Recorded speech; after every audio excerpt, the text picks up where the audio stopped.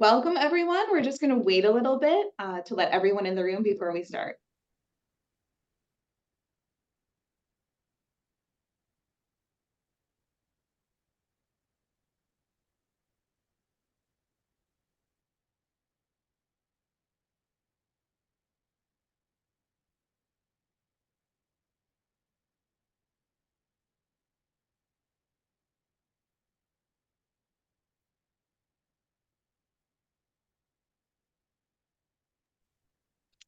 Thank you, everyone. Welcome to our webinar on Check It. I'm Kelly Surecki, the Product Marketing Manager here at Stenograph, and just a few things before we jump into the presentation. This webinar is being recorded, and we will send it out to everyone who registered a few days after this live event. Also, if you have any questions, please put them in the Q&A. We do have time at the end for questions. And then now I will just start off by introducing our presenters. Mansi Soni, Senior Product Manager of Steno Software here at Stenograph. And then we have a special guest, Rob Leifer. Rob grew up in Long Island, New York, and spent nearly 20 years in Los Angeles working as a professional musician. His mother and uncle, both freelance court reporters, inspired him to go to court reporting school. Rob graduated from the College of Court Reporting in 2016 and moved to Denver, Colorado in 2021 with his wife and 2 kids, where he currently practices as a freelance stenographic reporter. Mansi and Rob, welcome. We are so excited to start talking about Check It. Yes. So I will turn it over to you. Thank you so much, Kelly. Like Kelly said, we're really excited, Rob, to have you here today. Definitely, I am super excited. I can't wait to have you talk about Check It and look at everything that you have to say about it. But just a brief overview before we get started. We'll be talking about Check It, what it is. It's been around for a little bit. Just quickly go over some of the things that we would want to keep in mind. Talk about our ASR engine Phoenix and how it works with Check It. We'll go over some of the features, some tips, and then Rob will take us through the way he works. He uses Check It and some of his tips and tricks. And we'll end with taking some questions and just talk about some resources. And then if you're interested, how you can get Check It.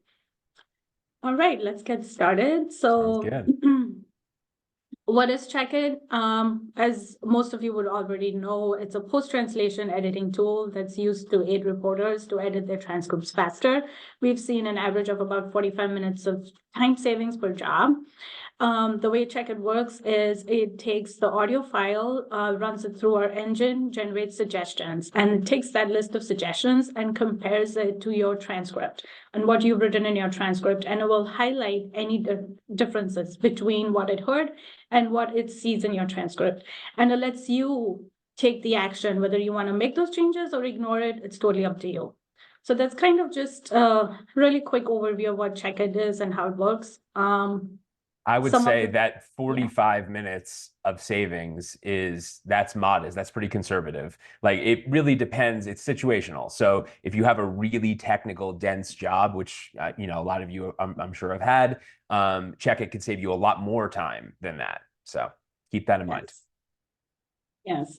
And I think with some of the tips and tricks that you share, that will definitely help our users because, what you shared with me, it's such a different way that you use it. Yeah. So I feel like once people see that, they'll be able to, if they can incorporate that into their workflow, they'll be able to see the time savings as well. Yeah. Definitely. Some of the things that we do want to keep in mind is that Check It does not make suggestions for numbers and punctuations. So anywhere in your transcript, if there's a number that you did not write correctly or you did not, you missed it, it will not make a suggestion for it. It also ignores hyphens and it will not make suggestions for any hyphenated words. Another thing to keep in mind, it's only an editing tool. So something like a spell check, right? It's like the way, Rob, you put it, it's another set of years, right? So you want another set of years, just another tool to edit your job. This is just another thing to your toolbox. And then lastly, like I mentioned earlier as well, is that it will not make changes to your transcript. It's totally up to you. You are in control and you make changes to your transcript or you ignore the suggestions. let's talk about Phoenix. So Checkit uses our proprietary engine Phoenix, which is our ASR engine. And it uses the suggestions that are generated from the Phoenix engine when it listens to your audio file. But as soon as after the suggestions are generated, Phoenix will delete the audio file. So we do not keep your audio file after the suggestions are generated for whatsoever reason. We do not repurpose it. We do not reuse it. We have our in-house scientists and software engineers that work independently, apart from anything that's happening on the Checkit server, and they're constantly making improvements to our engine. So anytime you see improvements in the quality of suggestions, it's because of that, or it's also because of how you build your ignore list. When you add words to your ignore list, Checkit adapts to the kind of suggestions it's going to show you. If you have something in your ignore list, it will not make suggestions for it. So you'll see more refined results based on your ignore list. And your ignore list is very unique to you. So it's not something that Stenograph gets access to. It's just completely each individual's ignore list, if that makes sense. Yeah. Anything, Rob, that you want to talk about, share about, how you feel about, using our engine, anything Right. that you want to bring up? Well, yes, when we get into the real world application and I show you guys how I actually use Checkit, I think a lot of things will maybe be a little clearer. I will say that I always keep in mind that this is version 1 of Checkit, right? It's Mach 1, right? So there are a lot of things that are not perfect. There are some glitches that I'll talk about later. I've learned ways to sort of overcome some of those glitches, but even if what I'm always thinking is that this is going to continue to get better, especially with input from reporters. So that's an important thing to keep in mind. Yes, that's a very good point you made. This is Checkit version, just version 0, right? So Right. yeah, we're just starting out. All right. Some of the key features, it's integrated within Catalyst. So it works right within the way Catalyst functions. It uses the same menu items, the same keyboard shortcuts that you would be used to. So it's very Catalyst, just very what Catalyst is. Yep. Like I mentioned, with a quick keystroke, we have some shortcuts that, again, Rob will show while he's going through, how he's using it. And you can really quickly make some changes without having to write out the entire word, just using keyboard shortcuts. I want to interject and just say, such a big part of it, of making Checkit work for you is making it your own, right? So I'll discuss how you do that. But yes, having keyboard shortcuts that open up the dialog box and everything, that's a big first step. Yes. Absolutely, yes. And then we have the Checkit ignore begin and end. It's something around your include files, right? So we don't want to see suggestions around that. So Checkit will automatically have an ignore begin and end. So these are sections that when they're listening to audio or making suggestions, it will ignore that section. So it will not make suggestions for anything that's between. So before the ignore begin and end, it will totally ignore that part, not make any suggestions, and move on to the next section. Oops symbols. This is another thing that we can touch upon when Rob, you take over, but just really briefly, these while you're writing, say, you can assign an oops symbols that you can use when you want to refine your suggestions to only around the oops symbols. So if you write your oops symbols out, there is an option in the Checkit dialog box where you can say, show me suggestions only around my oops symbol. Or you can choose to see suggestions for the entire transcript. So that's another way if you want to, get some quick edits out, you can use your oops symbols. So that's another really quick way to look at some things that you would want to get back to after your job to make quick edits.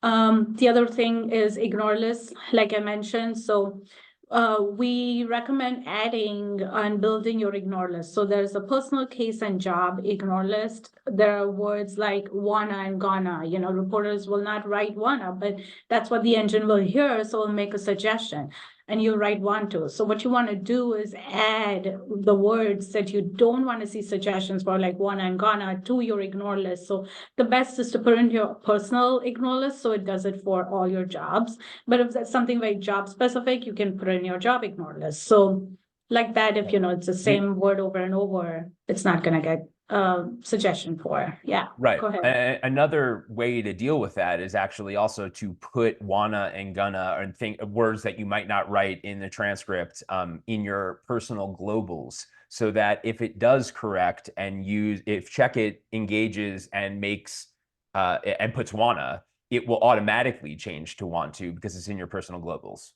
Yeah, that's a good point. Yes. Right. And then the confidence threshold. This is going to be a very exciting thing that Rob is going to talk about, but I will just put it out there right now that the confidence threshold is, we allow the user to choose their own confidence threshold. So what that means is, say you want to choose a confidence threshold of 90%. You set your settings for Check-It at 90% for your confidence threshold. And what it will do is it will only suggest words that the engine is 90% or higher confident that it heard the right thing. So if you want to see more suggestions, you lower your confidence threshold. If you want to see fewer suggestions, you increase the confidence threshold. So that will basically filter as to how many suggestions you see. However, let's wait to hear from Rob about more about the confidence threshold. Yeah. Yeah, I have some very controversial views on confidence thresholds. All right. These are some things that, we've talked about before, but I want to quickly go over it. The default settings that we found during beta and just over the time listening to how our customers use it. We've had the default settings as what we think is the most best recommended way to use Check-It. And what we would say is try it for a few transcripts, see what works best for you. Like, for example, even your confidence threshold, right? See what works best for you, find your sweet spot, or you can use Rob's method that we will talk about pretty soon. Another way is to use your scan for function. So you can have your pane open and you can turn off automatically having the dialog open up. And I think that's something very similar to what Rob does. So that saves you time. So you're not having the dialog box open and close each time there's a suggestion. So it's totally up to you and you are in control. Every time you want the dialog box to open, you set your command for it and then you have it open based on at your command. And yeah, I was just gonna say we should put rough drafts in that category because there's such a benefit for all those reporters out there that have to create a rough. Check-It can really increase your productivity and make it a lot easier when you get home from the job, and we'll definitely talk about that. Yes, absolutely. So having said that, over to you, Rob. All right. Yeah. I guess I'll take the floor. So let me let me share my screen first here. Okay, let's see. Awkward silence while this happens. Here we go. Okay, share screen. Stop sharing. Oh, right. You stop sharing. And okay, I'm going to share my screen and I'm going to share my audio as well from my CaseCat computer. Okay, there we go. Okay, now before we get to anything, let me just move the windows here. Okay, so on the right here, you see the Check-It list. Okay, so before, just to give you you guys a little intro here, this is an RPR dictation. I took a 225 RPR dictation and I transcribed it poorly. Right? I pretended like I had a migraine that day and I did not want to be at work and I had a really bad day, which every single reporter has, right? So I botched it. I dropped a bunch of stuff. I purposely wrote wrong words, which is actually really hard because we're sort of conditioned to write the right words. So I did that, and it's a 5-minute dictation that I will take you guys through to show you how I use it. But before we even get to that, I want to talk about confidence threshold because this is the sort of controversial part.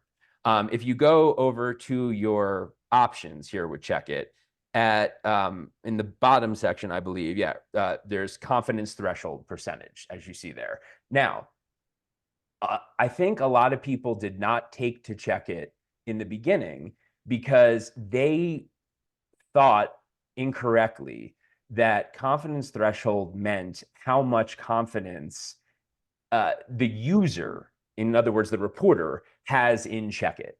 And so they thought, well, I have 100% confidence in Check-It, and put it to 100 and then ran the engine and got no results, or got very few suggestions, and thought, this doesn't work, I'm throwing this out, right? So that is not what confidence threshold is. The confidence threshold is how much confidence Check-It has in the suggestions it's giving you. So if you set it to 100, you are getting only suggestions that Check-It is 100% sure about. And in life, how often are we 100% sure of anything? I mean, I don't even know what I had for breakfast, and that was like a few hours ago, right? So we setting it to 100 is not going to be productive for you, in my opinion, at least. If you set it to 50%, you're getting suggestions that Check-It is 50% sure of. And that might work for a lot of people. I have found that for my purposes, the most productive way for me to use Check-It is to put the confidence threshold to 0.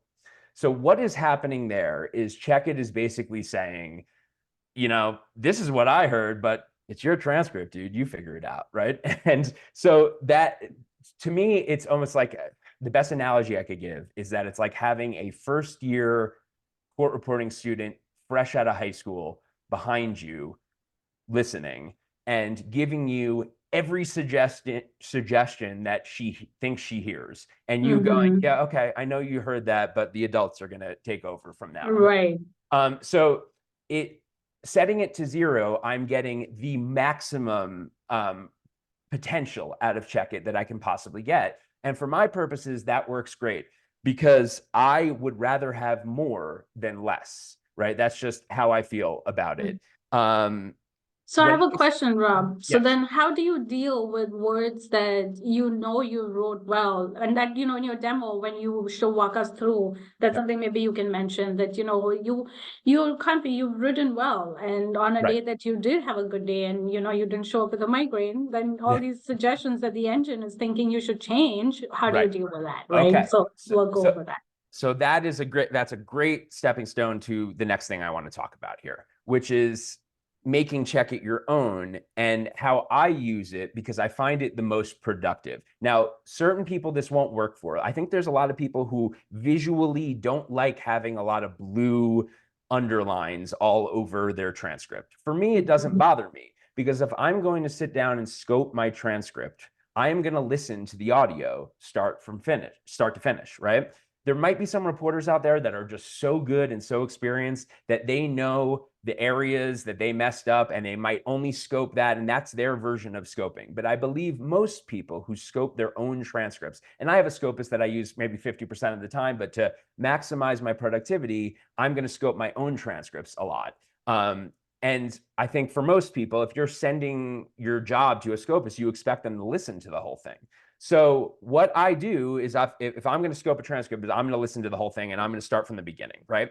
The first thing that we should talk about, just to get off of Check-It for a second, is how we deal with audio when we're scoping. Now, there's probably a lot of people who use the Check-It, the CaseCat audio to play their audio. I find, and there's a lot of things in this profession that I question constantly. I mean, my buddy Mike Miller, who might be on right now, had inspired me to reevaluate the way I was dealing with my entire case structure, and I changed everything. He did a seminar with Cindy, I mean, it's probably a couple of years ago at this point, that totally changed the way I organized everything, right? So I'm constantly questioning things, but one thing I do not question is how I scope a transcript. So for all of you who are not using this is a foot pedal, right? This one happens to be called Infinity. You could get it on Amazon. I think it's like $50.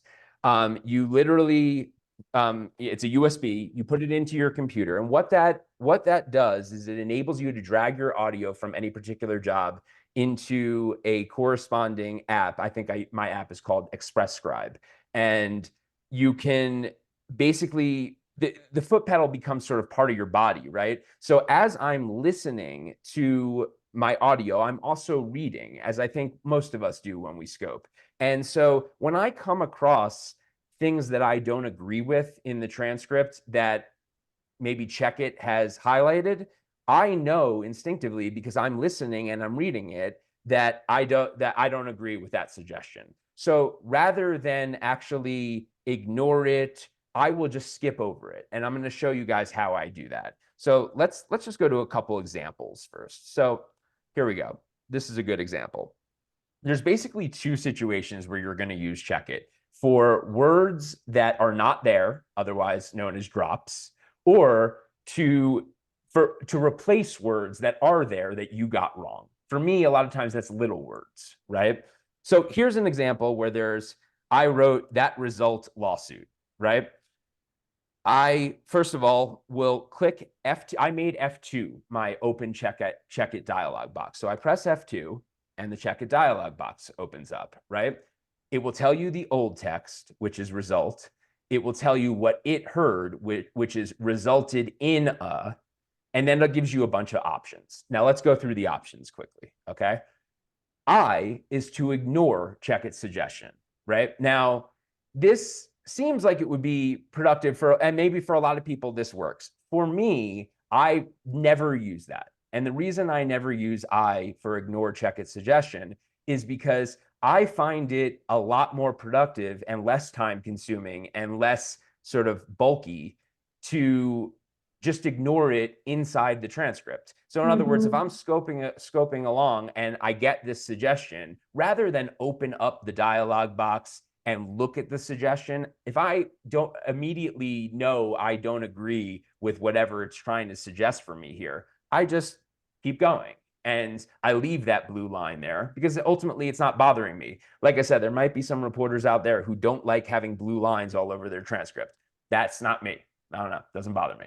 The next action we could take here is X. This is add old text to ignore list. Now, this one I do use occasionally, and I find that it comes in handy if there's a lot of proper names, and that those proper names are going to come up all the time in a transcript. So let's say, just to give an example, it was Mr. Smith, and Smith was spelled S-M-Y-T-H, right?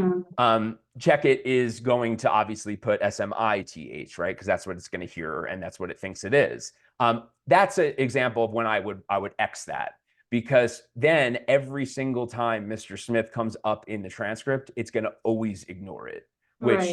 But even then, I don't find it to be something I have to do because I could just ignore it myself as I'm scoping, right? Which we'll get to.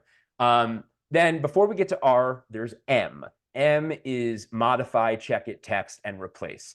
This is another thing that I personally find not useful for me. Now, what this enables you to do is if you see the check it text and you maybe don't agree with a word, or you want to change something inside that box, you could press M and it will let you change the actual text inside the check it text box. But for me, I find it a lot easier to just do it live in the transcript. So in other words, I will very often accept the suggestion by pressing R. As you can see, R says replace with check it text. It will replace the text, as we'll see in a second. And if I don't agree with a word, or I don't agree with a spelling or something, I will just correct that inside the body of the transcript rather than using M to modify it. So again, maybe that works for some people. For me, I just find that it's not something that makes me more productive. So if my whole thing is about being as productive as possible. I have 2 little kids at home. I want to spend as much time with them as possible sometimes. And so I am trying to maximize my productivity, right? Yes. So here we go. I'll show you. I just want to mention one thing, sorry, Rob. When you talked about, your proper nouns and adding it, over there, I just wanted to mention, just for everyone that's watching, that, that you can choose like over there, if you see check it, ignore list scope. So personal, and if you click on that drop down, Rob, so that they can see it, you can change it to case or job, so that, if it's just for that job where Smith is spelled differently, and you want it only for that job, then that's basically where you would go change it, and it won't do it then for another job. It will just be very specific for that job. I just kind of wanted to drop that in there.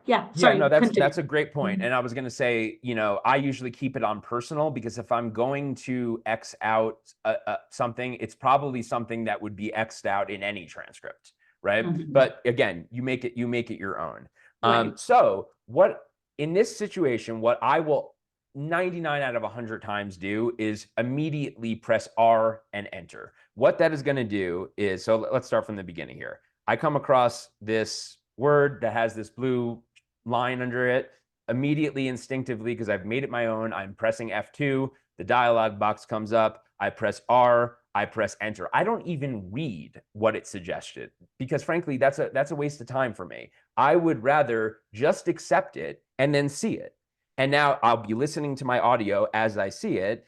That resulted in a lawsuit, right? If there's something I don't agree with in there, I will simply erase it or change it. And so it's you sort of get the flow of it. And I will actually give you a demonstration of how I go through and do this. But that is the first example of when I would use Checkit to replace a word. The second example is during a drop. So here's a perfect example of that. When you see the blue line between two words, that means that Checkit heard something that you didn't write, right? Or at least it thinks it did, right? Remember, I'm on 0% confidence here. So between only and time, there's a line there, which means that it heard something, right? So now when you press F2, there's slightly different actions here, right? So I didn't have a word. So old text, obviously there's nothing there because I didn't write it. It was a drop. And Checkit text heard other. This is 9 times out of 10 the kind of drops that I have. Little words here and there, right? We all drop occasionally. Mine tend to be little words, especially in colloquy. That's like when I drop the most. So here we go.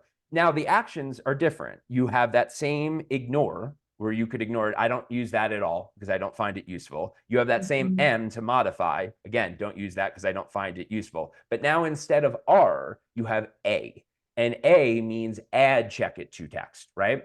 So these are the only two ways, functionality-wise, that I use Checkit is either R or A, pretty much, with the exception of the occasional time, like we talked about, where I'll use X.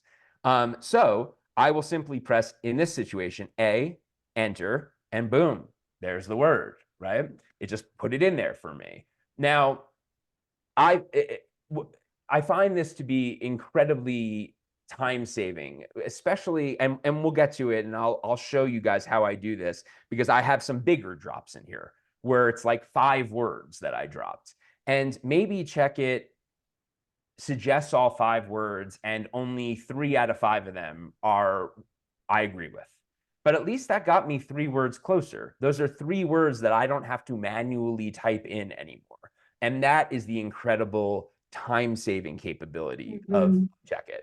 So I'm going to pull up my audio here, and we'll start from the beginning. And as I get to certain things, I will show you the example in real time, and I'll stop the audio so that you can see how I use it and what my thought process is as I'm going through it. Again, I'm using a foot pedal to control my audio. And by the way, I wanted to say, that is not to say that CaseCat's audio engine does not serve a purpose for me. It does. When I get, for instance, my transcript back from my proofreader, and she has all these suggestions, and I want to check a specific suggestion and make sure I agree with it, I will go to that part in the transcript, press F9 and play the audio, right? Because I can't do that with the foot pedal method. I can't skip to a specific part of the transcript. But again, if you are scoping your own transcript from the beginning and you are intending on listening to the entire audio, I am positive the foot pedal way is the way to do it. Okay, so let's get into it. Would you please state your name for the record? My name is Mike Swanson. Mr. Swanson, do you understand that we are together today to talk about the case you have brought against my client? Okay, so that was a drop there to talk about the case you have brought, right? So I'm expecting that. So I'm listening to this and scoping it. I'm expecting that this is going to say have. And sure enough, it does. So I'm automatically going to press A, enter. And this becomes part of your sort of psyche as you're scoping, right? I'm thinking, as I'm reading it, if I know it's a drop, my mind automatically goes to A. If I know it's a word that I wrote wrong, my mind automatically goes to R. And it's as simple as that, right? So it's F2, A enter or F2 R enter. Those are the only two things that I basically do. We'll keep going. Together today to talk about the case you have brought against my client. Yes, ma'am. Have you ever been deposed? Yes, I have. On how many other occasions have you had your deposition taken? Once when Okay, this was a perfect example. Whoops. See, hold on. Okay. So, deposition, I dropped that. Again, A, enter, boom, it's there. Now, now that you guys get the idea of that, I will show you how quickly I can do that in real time without stopping the audio. And you can really see how the functionality works to make you more productive. Now, I also want to say, obviously, I realize this is an RPR dictation.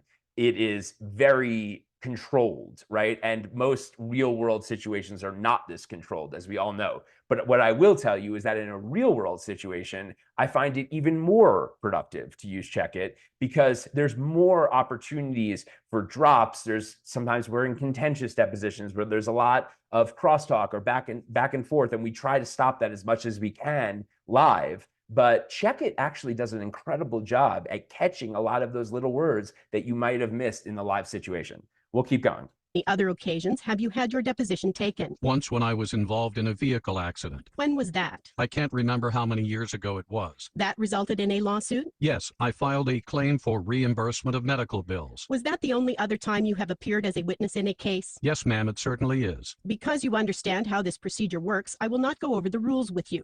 Just feel free to ask. Okay. I will not go over. Sorry, I wanted to stop here to give you an example of here. Okay. So yes, ma'am, I wrote, it really is. And Checkit heard, it certainly is, right? So that right away is R replace.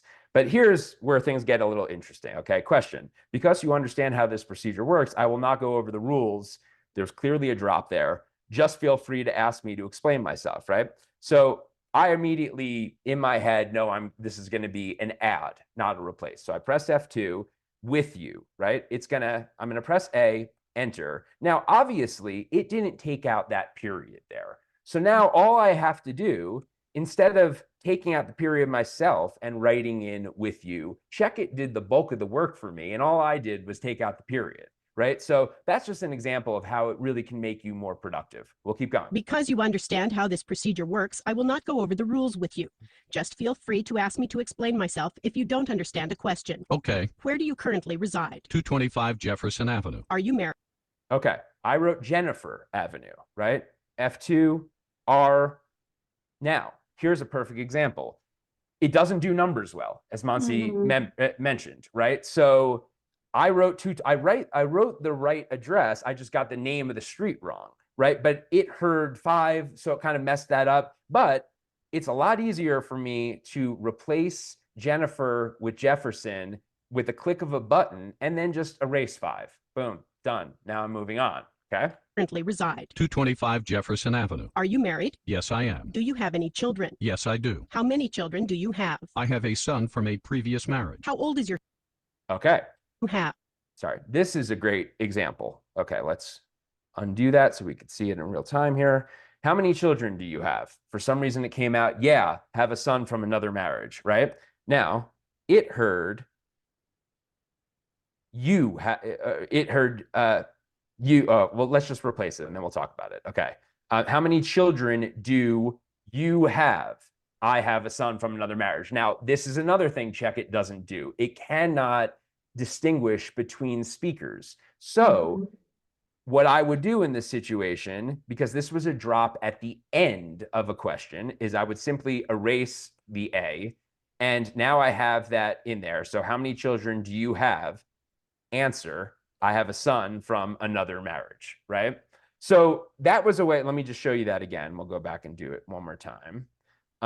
This is a way where you can replace the words, and sometimes you're going to have to mess a little bit with the Q or the A, but it still is getting you closer than you were before, right? So in this case, it is actually replacing 3 words that weren't there. And then all I have to do is just go like that, add the A, and now it's fine, right? It underlined another. I wonder why. Okay, so I press F2. It heard a previous. Let's see if it's right. Have any children? Yes, I do. How many children do you have? I have a son from a previous marriage. How old is There you go. It was right.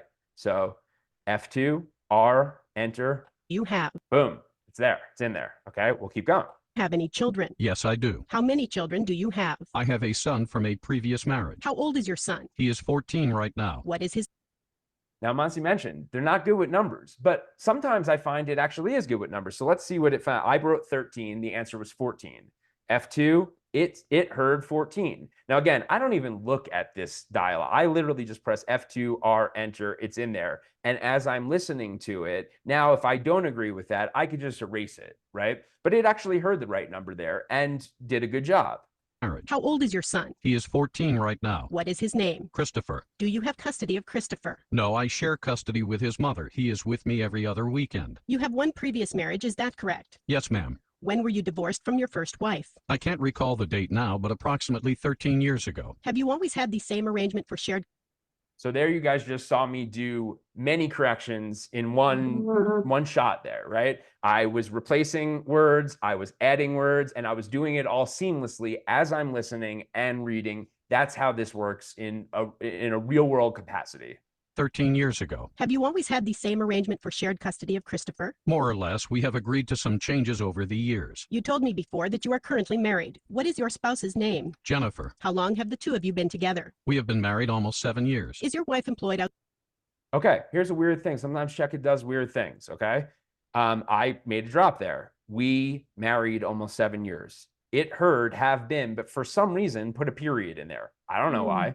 Sometimes, again, it's not always perfect. But again, I am that much closer now. Instead of having to write in have been, all I have to do now is get rid of that period.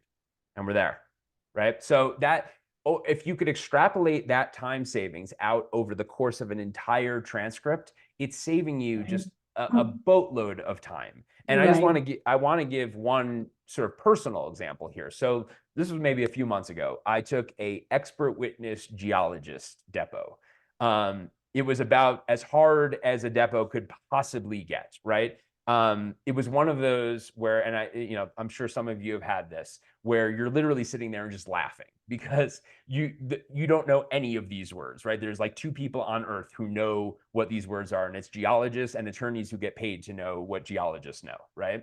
So it was chemical compounds and names of rocks I've never heard in my life, and just unbelievably dense testimony and fast at that. And I was just getting killed, right? Just completely killed to the point where it was literally funny. Luckily, I didn't have to read back much. I got home and I ran Check-It, not knowing what to expect. And what happened was Check-It in this scenario saved me, it must have been hours of time, because Check-It's dictionary knew geology apparently better than I do, because it got a lot of these like advanced names of rocks and things that I've never heard of in my life. Right.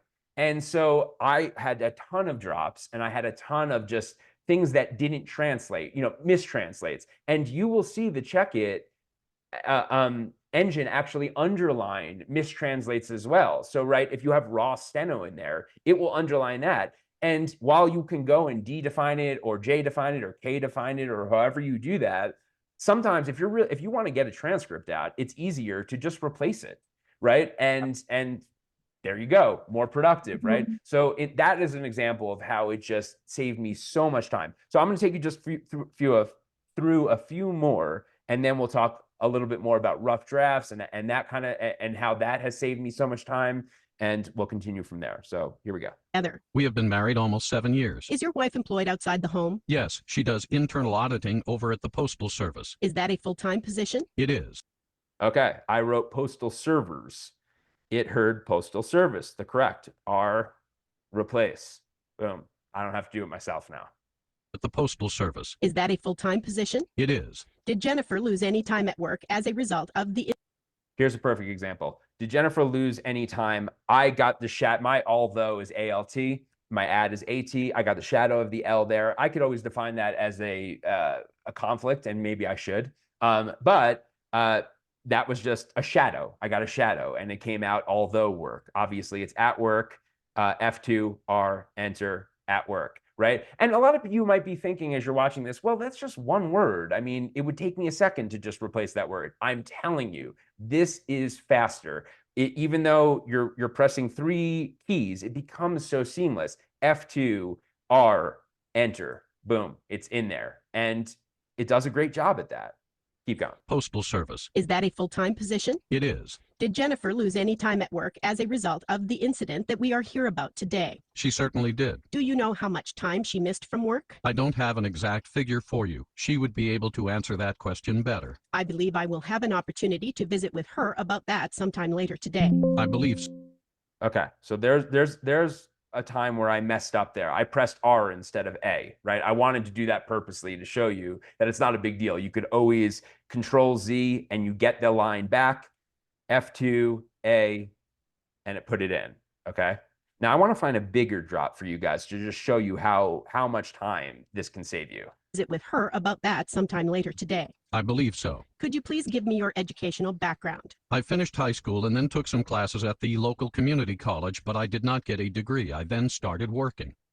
Here's an example of a little word. I do this all the time. This is a common mistake for me, but I didn't get a degree and it heard correctly did not. I do that a lot. And I do that the opposite way too, where I write did not and it was didn't, right? So R, boom, it's in there. Great. Let's see what this next drop is. College, but I did not get a degree. I then started working. Since that time, have you pursued any other studies? No, I have not. You have been with your current employer since then, correct? That's correct. I want to visit about the fall that occurred at my client's restaurant. Okay. I want to Little word there. That's another mistake I would make commonly. with your current employer since then, correct? That's correct. I want to visit about the fall that occurred at my client's restaurant. What brought Okay, this is a bigger drop. This is what I was looking for. Okay, so I dropped 1, 2, 3, 4 words there. Okay, the question was, I want to visit about the fall that occurred, and I dropped 4 words. What brought you there that afternoon? Okay, so I'm going to press F2, A, enter. All 4 words are now in there. Now I'm going to listen to it again because there's some punctuation correction that has to happen here. visit about the fall that occurred at my client's restaurant? What brought you there that afternoon? My employer. I put the period in, I took out that comma, I'm going to make this the next line, and it's done, okay? And the last thing I want to show you here is what happens next here in this answer, because this is a perfect example of why you guys should not be scared of this technology, okay? So let's listen. Its restaurant. What brought you there that afternoon? My employment is driving a bread truck and I was there to make a delivery. Okay, obviously, that's an example when I'm listening to it and I know that's correct. Why did check it underline bread? Well, it heard bread, but the wrong type of bread, right? Mhm. So this is a perfect example of why we should not be scared of this technology. It is reaffirmed that we need the human intuition behind it, right? For me, Yes. at least, right? It Mhm. has, so this is an example of when it doesn't know the context, right? I don't know why it put BRED, but this is, like I was talking about before, an example of when some people might F2 and go to and press I and ignore that and actually go through the step of doing that. I am listening and reading at the same time and I'm doing it quickly. So I instinctively know that it's not BRED. I know that what I wrote is correct there. So rather than press anything, press my F2 and open the dialog box, I just keep going, right? Driving a bread truck and I was there to make a delivery. Please explain how the accident happened. I parked my vehicle behind the building and walked toward the back door. It was unlocked, so I went in. I took one step inside and slipped and fell onto the ground. Did you see anything in the area that possibly caused the fall? I think you guys get the idea. Yeah. Just how much time it can save you, especially if it's a job where you didn't do well, right? So setting that confidence threshold to 0, you're going to get things like bread, BRED truck, right? And you're going to know that, you know, maybe if the confidence threshold was set to 50%, that suggestion wouldn't have popped up. But for me, I find it so easy to just skip past things that you disagree with that I don't mind having that blue line there. In fact, once the transcript is scoped, I'm going to print out, I'm going to make it a PDF. I'm going to send it to my proofreader and I never look at it again, right? So I really don't care if there's blue lines. I know some of you are probably watching and cringing, like, I can't have all those blue lines all over my transcripts. Well, you could also change the color, by the way. I happen to think blue Yes. so yes, I think you guys get the idea. I brought you through how I do that. I find more suggestions is better. Now, there are things that I wanted to touch on, things that Checkit glitches on occasionally. I have found that for me, the bulk of my drops especially come in colloquy, because it's question, answer, you get into a rhythm, right? Where you're in that rhythm, it's QA, and then all of a sudden there's an objection, but it's not just a standard objection. They go on and they start talking, right? And now you're out of that rhythm. I tend to drop in colloquy, and a lot of times I drop at the end of what somebody is saying. What I have found with Checkit that is not perfect is sometimes you will have a drop at the end of colloquy, or even at the end of an answer or a question, and there's no line there. And you're thinking, well, I know I dropped there because I'm listening to it and I hear words that aren't there. Sometimes, for whatever reason, you have to literally erase the Q or the A or the colloquy speaker, and all of a sudden the line pops up. I don't know why. It just does that. I figured that out on my own. So these are things like, there are certain sort of glitches that it doesn't do particularly well, but you sort of figure out a workaround around them. And, that makes it, again, really productive for me. So the last thing I want to talk about is, of course, rough drafts. Now, everyone has a different system.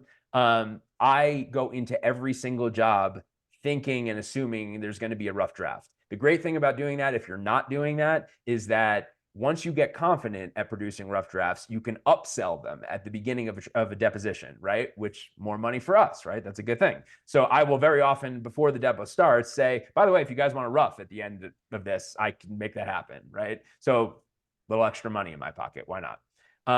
So for rough drafts, what I do is because I go into every job thinking it's going to be a rough, I am very cognizant of marking in a live deposition problem areas for my, during the job. So I use the hotspot pane. If you don't use the hotspot pane, you really should. It is a wonderful tool for me. I use CHK as my check. I do that twice, check, which I think most of you guys have something like that tells you to go back, and that's a problem area. Now, the great thing about doing that is that as I've marked I get home from the deposition, I have marked all of my problem areas. I'm trying to get this rough draft out in an hour. My goal is I don't want to spend any more than an hour on it. It's a rough draft, right? So I will F8 my way and scam my way through a transcript and, focus on the things that are imminent to produce, that I need to produce a rough draft, right? So Checkit has an incredible feature where that is, again, another big time saver, where if you click on the options here, you can go to scope and you can actually ask Checkit to just look around your oops symbol category. And you could even pick the category, right? So for instance, if some of you use an oops symbol for getting spellings that might be different than if you just need to check the audio or something, right? You can actually tell Checkit to only check around just those oops symbols that you want, right, to produce your rough. So I will do that. What this does is it cuts down on an extraordinary amount of time. Checkit will only analyze those parts of your transcripts. And now you can simply do what you probably do already, which is just F8 your way through the transcript, define anything that needs to be defined, and just go specifically to those areas that you told Checkit you want an extra set of ears on, right? So this has really, really dropped my rough draft time a lot, right? I get home, I know exactly what I need to do. I know the things that need to be defined, right? I have everything in my list. I keep pretty organized during the job, and I just go right to those areas that I told Checkit I wanted an extra set of ears on. And it's as simple as that. So that's basically it. And when Checkit first came out, I read a bunch of reviews that were not nice about Check-It, that people, I think, didn't really understand how to use it or why it would be useful. And I was just like flabbergasted by this because I have found it to be just such a time saver. To me, I would actually call it a game changer. And I don't work for Stenograph, as Monty can tell you, but I think it's a game changer because it really just cuts back on that back end work that I have to do and makes my job so much more productive. Sorry. And especially when you have, nowadays I get a lot of these very dense depots with expert witnesses, and Check-It is just invaluable in that sense, right? So yeah, it's great. I'd love to answer any questions you guys have, and I think I've pretty much showed you how I use it and the settings that I feel are the best that make it most productive. That's awesome. Thank you so much, Rob. That was great. And definitely the way you were going with it, it was so clear that you're saving so much time with all the, the way you have your shortcuts set up. And yeah. So yeah, Oh, thank you know you what? so Let much. me stop sharing my screen so we can. Yeah. Cool. That was great. Thank you both so much. We do have a Absolutely. few questions. Sure. Yeah, let's do it. So somebody asked, is it like the Grammarly of court reporting? And I think to talk about the difference between like Check-It, a grammar check, and spell check, if you could address that, that would be great. I don't know enough about Grammarly to really comment on that. So I don't know. Monty, do you have an opinion on that? So Grammarly also does a lot of like context based, based on what the context is, it will make, some changes in your, the way you frame your sentence. It will make suggestions of, maybe shorten this word, and it will give you a better way of framing a sentence, almost like that. But this is, Check-It is different because it's exactly what it heard. Right. It's not making you change your transcript to be grammatically correct. It's asking you to change it everywhere where it heard something different from what you've written, if that makes sense. So yeah, Grammarly is more like, okay, this is the grammatically correct way of saying something like this. Yeah. Versus Check-It is, no, I heard this is what you wrote, and this is our suggestion. Yeah, like the bread truck example. Right. Grammarly would probably get that. Right. Right. Yeah, I mean, again, I don't have any real world experience with Grammarly, so I can't really comment on it. But all I know is that the Check-It for court reporters works really, really well, as I just showed you guys. Right.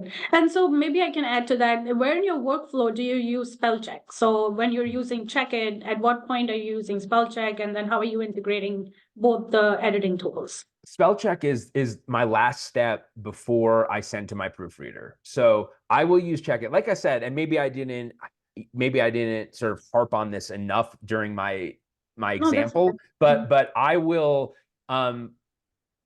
very often just ignore things and keep going, and it sort of becomes a part of just how I work in Check-It. I will very often just replace even without looking at what it wants to replace it with, and then I'll look and see in real time in the transcript whether I agree with it or not. It's sort of hard to explain, but I've made it my own in that way. And then at the end, when I'm done scoping my transcript, I run a spell check, and that catches not just spelling errors, but sometimes duplicate words, or even spacing issues, like with punctuation. Right. Sometimes there's not two spaces after. That's another thing that Check-It doesn't do well.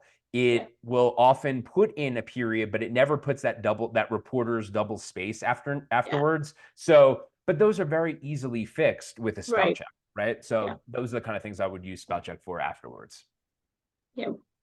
Great. Another question, and I know that Monty, you talked about this previously, is the situation with like a wanna and a gonna. So wanna, want to, gonna. How do you fix that, or how do you work with those? Yeah. So I wish there was one in this transcript, but it's an RPR dictation. So obviously they're not going to put gonna or wanna in there, right? They're going to say going to or want to, right? But in the real world, as we all know, people talk like that. So it will check. I wish in Check-It Mach 2 for, if there happens to be a programmer on this call, I wish you could define always wanna or gonna as want to or going to, and that every time it heard wanna, it would just put want to, but it doesn't do that yet. So what I have done is I've gone into my personal globals and made wanna want to. So if it does